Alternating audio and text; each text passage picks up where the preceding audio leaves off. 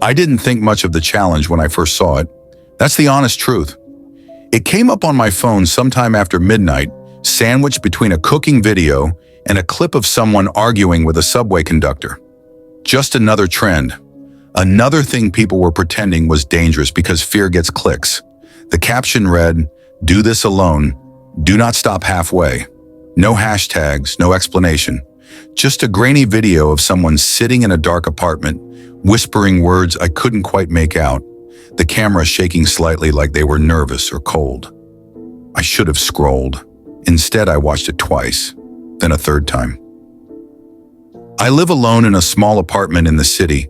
One bedroom, thin walls, the kind of place where you can hear sirens echo through the streets, even with the windows closed.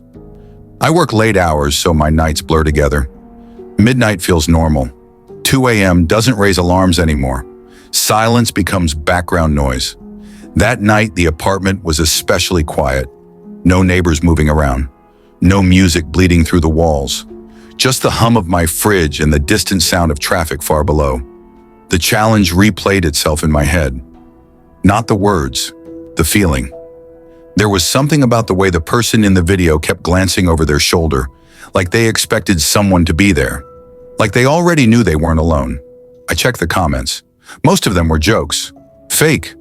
Y'all believe anything. Nice ARGLOL.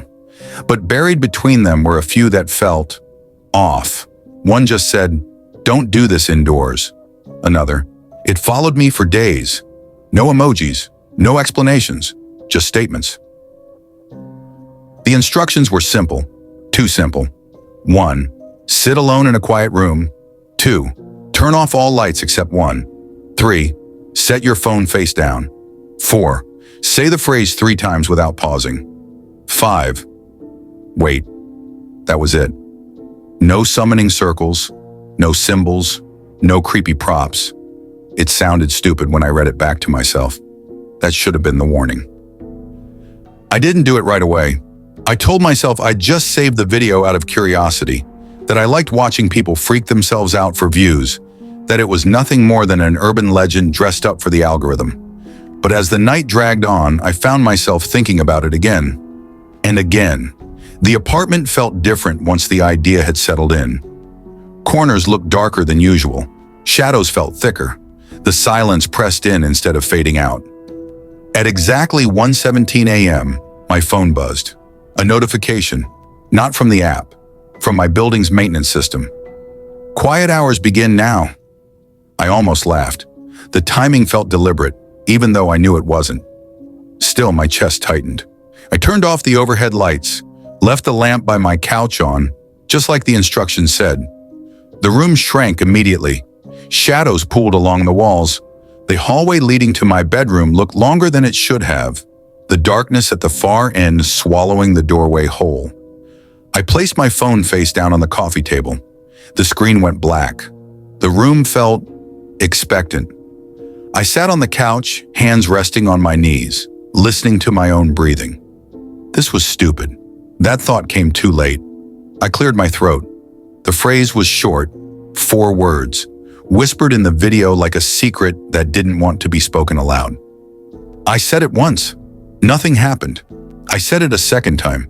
The air felt colder, not dramatically, not movie style, just enough to notice. My skin prickled.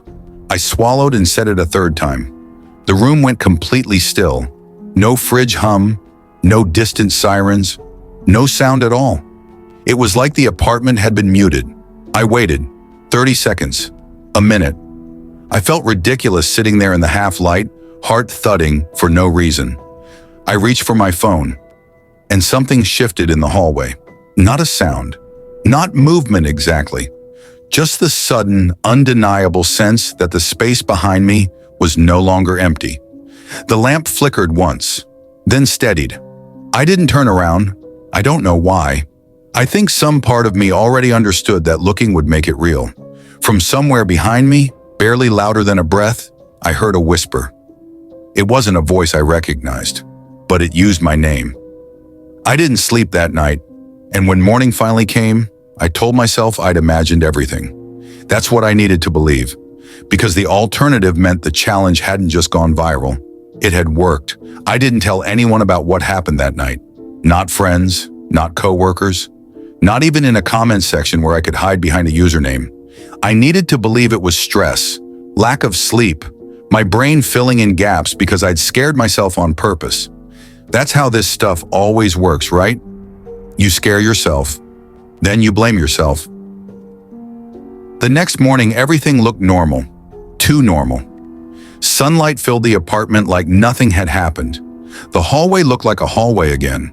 The couch was just a couch. The lamp sat where it always had. No cold air, no whispers, no presence. I stood in the doorway for a long time, waiting for that feeling to come back. It didn't. I almost felt disappointed. That should have been another warning. At work, I couldn't focus. Every quiet moment felt too quiet. Every pause in conversation made my skin crawl. I kept checking my phone even though there were no notifications. The challenge video was gone, not deleted, just unavailable. The account didn't exist anymore. No username, no page, no trace. I searched for the phrase. Nothing. I searched variations of it, still nothing. It was like the internet had quietly agreed to forget it ever existed. That night, I tried to sleep early. I needed rest, real rest, the kind where your thoughts slow down and the world stops pressing in. I turned off the lights, left my phone charging on the nightstand, face down. I lay there listening to the city breathe outside my window. Sirens, distant horns, life continuing. That helped, for a while. I don't know what time it started. I just know I was awake when I heard it. A soft sound, rhythmic, like fingertips brushing against drywall. Slow, careful, not scratching, testing. I held my breath. The sound came from the wall behind my bed, the same wall that backed up to the hallway. Tap, pause, tap. My heart began to pound so hard I was sure it could hear it. I reached for my phone. The screen lit up immediately. No lock screen, no notifications, just the camera. Front-facing, already open. I stared at my own face reflected back at me, eyes wide, skin pale in the blue glow. Then the image shifted. The camera angle tilted upward, showing the wall behind me. There was nothing there for half a second. Then the surface of the wall bent, not cracked, not broke. It bowed inward slightly, like something leaning from the other side. A shape pressed against it. Tall, human, wrong. I dropped the phone. It hit the floor face up. The screen didn't go dark. It switched apps. Text appeared, white letters on a black background. You completed the first step. My chest tightened. I scrambled out of bed and backed into the opposite wall. The tapping stopped. The apartment went silent again. I waited. Minutes passed. Nothing happened. No movement, no whispers, just my own breathing, loud and uneven.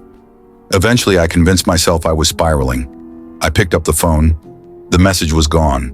No app running, no notifications, normal home screen, normal icons. I sat on the edge of the bed until dawn. The next few days were strange, not overtly scary, just wrong. Small things, subtle things, things you could explain away if you tried hard enough. The hallway light flickered every time I walked past it.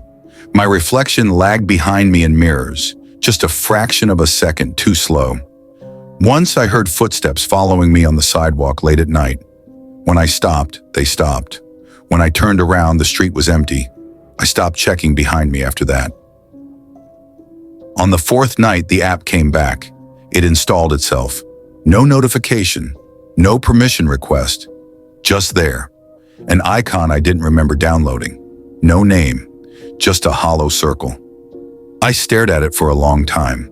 My finger hovered over the screen. I told myself not to open it. I told myself I didn't need answers. That was a lie.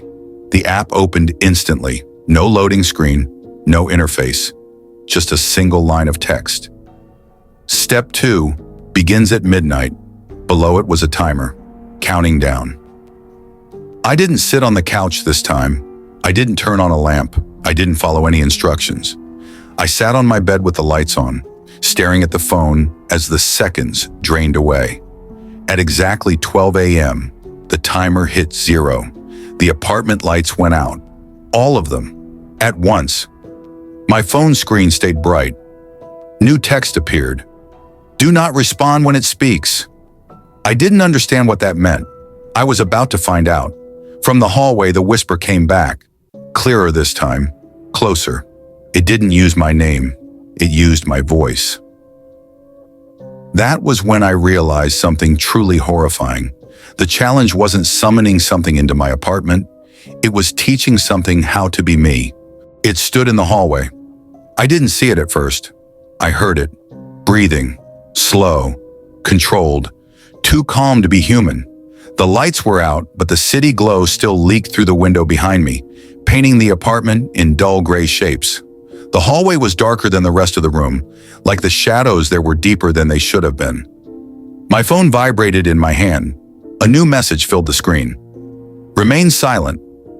The whisper came again. My voice, perfectly copied. Are you there?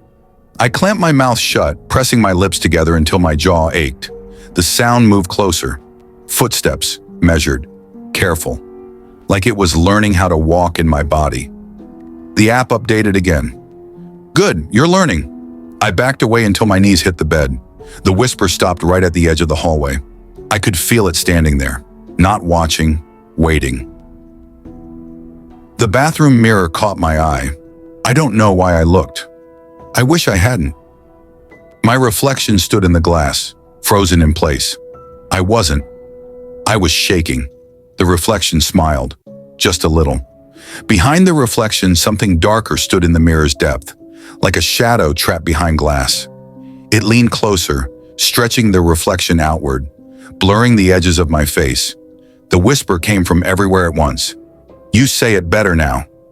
My phone buzzed violently, vibrating so hard it nearly slipped from my hand. Final step. A new instruction appeared. Go to sleep. I laughed, a sharp, broken sound. No, I said, before I could stop myself. The whisper stopped. For the first time, it sounded disappointed. The apartment groaned, not the building settling, not pipes. The walls themselves shifted, like they were breathing in. The shadow in the mirror stepped forward, and the reflection stepped out. Suddenly, I wasn't alone in my room anymore. It stood a few feet away from me. Same height, same build, same clothes. But the eyes were wrong, too empty. Like something wearing my face hadn't learned how to fill them yet. It tilted its head, copied my posture, copied the way I held my phone. The app chimed softly. Synchronization at 92%. The thing took a step toward me. I took a step back. It smiled wider. You don't need it anymore, it said, still in my voice. I bolted. I ran past it, through the living room toward the door. The handle wouldn't turn. The lock clicked on its own. Behind me, I heard footsteps, not chasing, following, patient. The whisper brushed my ear. We just need the last part. I felt hands on my shoulders, not rough, gentle, guiding. My phone slipped from my fingers and hit the floor. The screen cracked. The app flashed one final message. Transfer complete. I woke up on the couch. Morning light streamed through the window. Birds outside, traffic below. My heart hammered as I sat up, gasping. The apartment was normal. Too normal. No shadows, no whispers, no presence. My phone lay on the coffee table. Screen dark, cracked, dead. I laughed, I cried. I packed a bag that same morning. I moved out within a week. New place, new routine, new phone. No apps I didn't recognize. No mirrors uncovered. No challenges. For a while, everything was fine. Then I started noticing small things. Friends saying I'd already told them stories I didn't remember telling. My reflection smiling a second too late.